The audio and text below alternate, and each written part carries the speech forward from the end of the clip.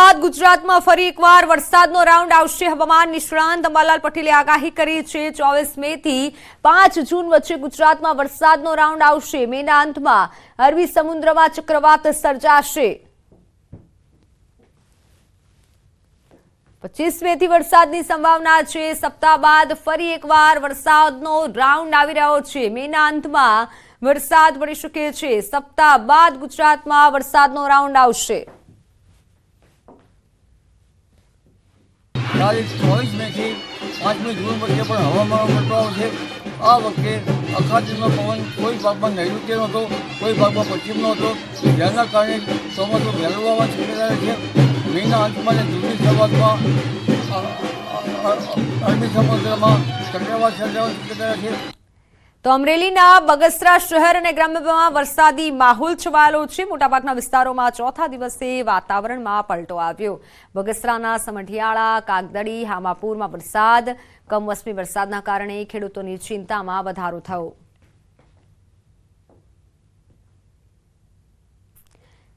અમરેલી શહેર અને નજીકના ગ્રામ્ય વિસ્તારોમાં વરસાદ. અમરેલી, દેવળિયા, ચક્કરગઢ, ગોખરવાડામાં વરસાદ શરૂ થયો. જિલ્લામાં ચોથા દિવસે કમોસમી વરસાદ યથાવત છે.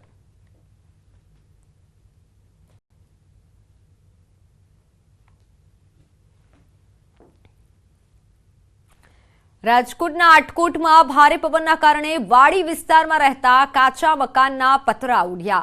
ભારે પવન ફૂંકાતા વીજપોલનો થાંભલો પણ ધરાશાયી થયો.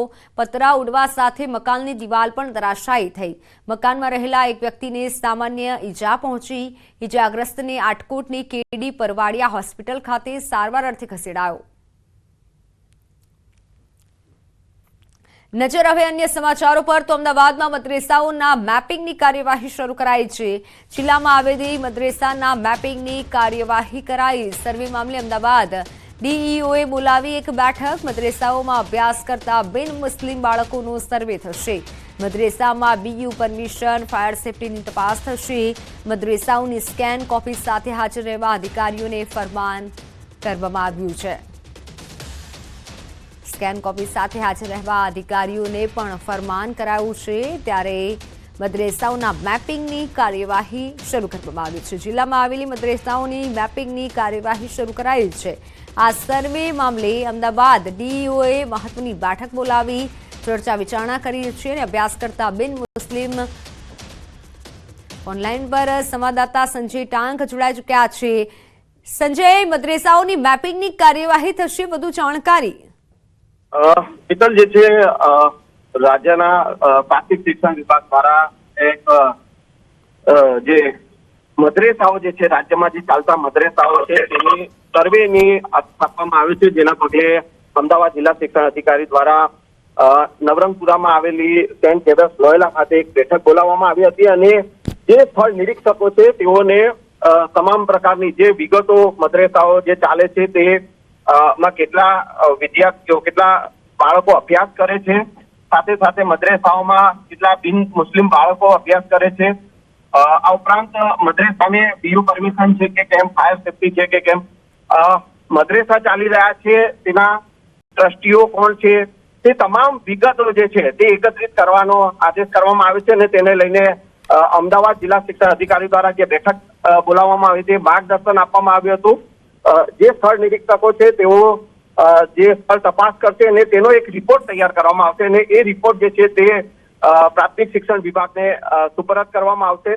ખાસ કરીને વાત કરવામાં આવે તો અમદાવાદમાં 175 જેટલા મદ્રેસાઓ ચાલી રહ્યા છે, જેની તપાસ જે છે તે અત્યારે કરવામાં આવી રહી છે. બિલકુલ સંજય, પરંતુ આ સાથે ડીઈઓએ મહત્વની બેઠક પણ બોલાવી, એટલે કયા કયા મુદ્દાઓને હવે આવરી લેવાશે? કારણ કે ઘણા એવા વિદ્યાર્થીઓ છે તેની પણ ડિટેલ્સ લેવાશે. બિલકુલ, જે બેઠક બોલાવવામાં આવી હતી અને તેમાં આ જે સ્થળ નિરીક્ષકો છે તેઓને તમામ પ્રકારની વિગતો એકત્રિત કરવાની રહેશે.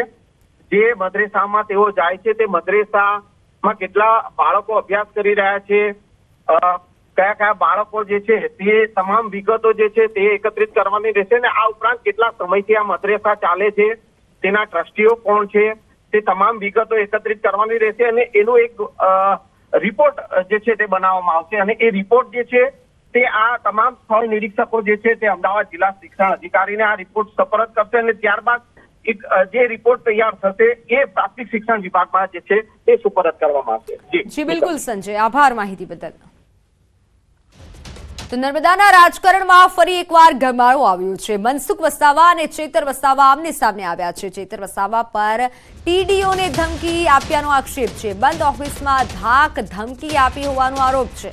મનસુખ વસાવાએ સોશિયલ મીડિયામાં પોસ્ટ મૂકી છે।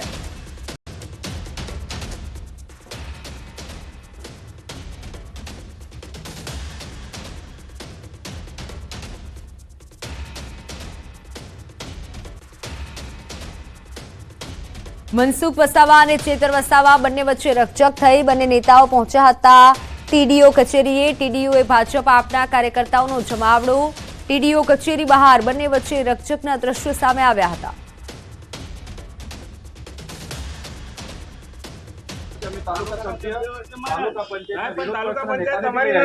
સંજયભાઈ છે પ્રમુખ સંજયભાઈ પ્રમુખ છે, તમે નથી, તમે નથી, તમે કોણ વચ્ચે બોલો? હું માજી સરપંચ છું ડેડિયાપાડાનો, તો ગમે તે હોય આ પણ તમારે અંદર બેવાનો અધિકાર નથી, તમારે આચારસંહિતા લાગે। તમને નથી બોલાયા? ના ના, તમને નથી બોલાયા, ગામ તરીકે અમે આવીએ છીએ સાહેબ, અમારા ગામમાં તમે મારા નામનો તમે ઉલ્લેખ કર્યો છે, તમે નામ અંદર ઉલ્લેખમાં છે, તમે મારા નામનો ઉલ્લેખ કર્યો છે। હું અહીંનો ધારાસભ્ય છું, લોકસભાની નથી।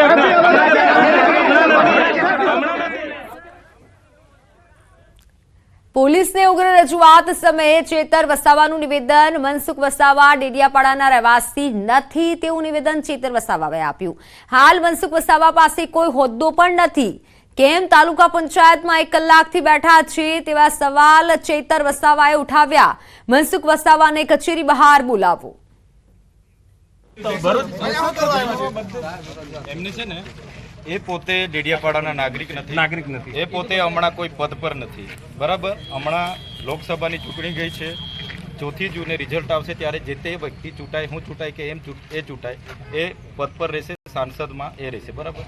આજે તાલુકા પંચાયતમાં કયા હોદ્દાની રૂએ એ ખુરશીમાં બેઠા છે કલાકથી, બધાને શું કરવા બોલાવ્યા છે? પદાધિકારી જેટલા તાલુકાના સભ્યને બોલાવ્યા છે, અમે બધા તાલુકા સભ્યને લઈ આવ્યા છે। વિરોધ પક્ષના નેતા બી છે અમારા, વિરોધ પક્ષના નેતાને બી લઈ આવ્યા છે, એટલે એમને છે ને બહાર બોલાવો અને ચોખવટ કરાવો અહીંયા, અને ટીડીઓને બી બોલાવો અને બધા ઉપરાણ આવે તમે બી બંધ કરો, એમને બહાર બોલાવો અને ચોખવટ કરી। અમે તો અહીંયા સ્થાનિક છે, આખી રાત જ અહીંયા બેસીશું। દર વખતે ટેપ પડી ગયેલી છે લોકોને।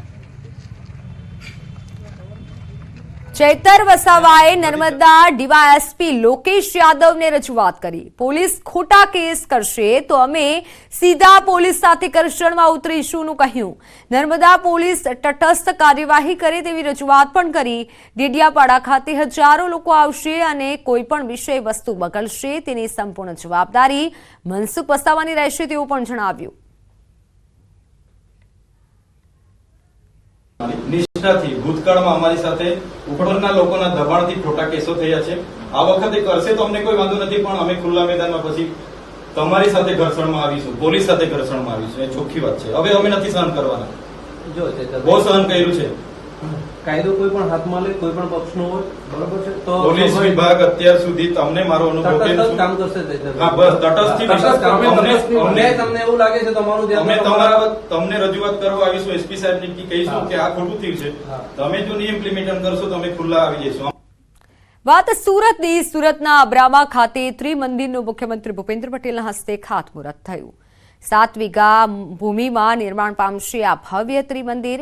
નોંધનીય છે કે હાલમાં અડાલજ, મુંબઈ, બરોડા, રાજકોટ, ગોધરા, ભુજ સહિત અન્ય શહેરોના કુલ 18 ત્રિમંદિરોમાં હજારો અનુયાયીઓએ દર્શનનો લાભ લીધો છે અને જ્યારે મુંબઈના થાણે, પુણે અને વેરાવળમાં વધુ 3 મંદિરો નિર્માણાધીન છે, ત્યારે સુરતના અબ્રામામાં પણ વધુ એક ત્રિમંદિર નિર્માણ પામશે।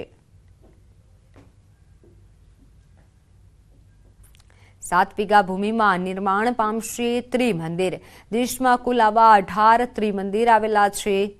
અબ્રામા ખાતે હવે બીજું એક ત્રિમંદિર બનશે। પંચમહાલમાં બોગસ લગ્ન નોંધણી પ્રકરણમાં ખુલાસા થયા છે। આજે દસ્તાવેજની ચકાસણીનો રિપોર્ટ ડેપ્યુટી ડીડીઓને સોંપાશે। 571 દસ્તાવેજની ચકાસણી, 465 મળ્યા છે, 106 દસ્તાવેજ નથી મળ્યા। ટીડીઓએ દસ્તાવેજ વગર નોંધણી કર્યાની આશંકા જતાવી છે. ત્યારે શહેરા ટીડીઓએ 571 દસ્તાવેજોની ચકાસણી કરી હતી.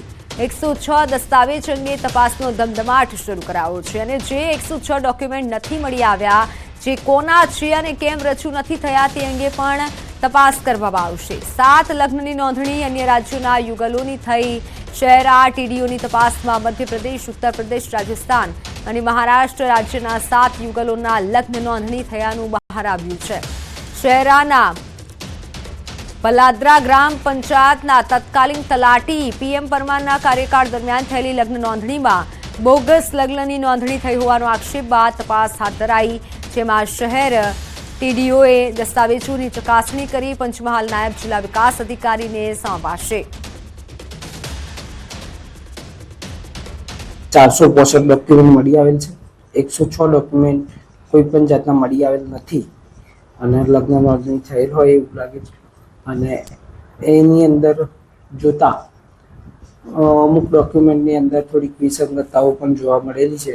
જેમાં અમુક દાખલા તરીકે જોઈએ તો પ્રમાણનો દાખલો જરૂરી છે એ પણ નથી, અમુકમાં નથી, અમુક દાખલામાં તો એવા થોડી નાની નાની વિસંગતતાઓ પણ જોવા મળેલી છે. એનો વિગત તૈયાર કરી અને આવતીકાલે માન્ય નાયબ જિલ્લા વિકાસ અધિકારીને એને સુપ્રત કરવામાં આવશે.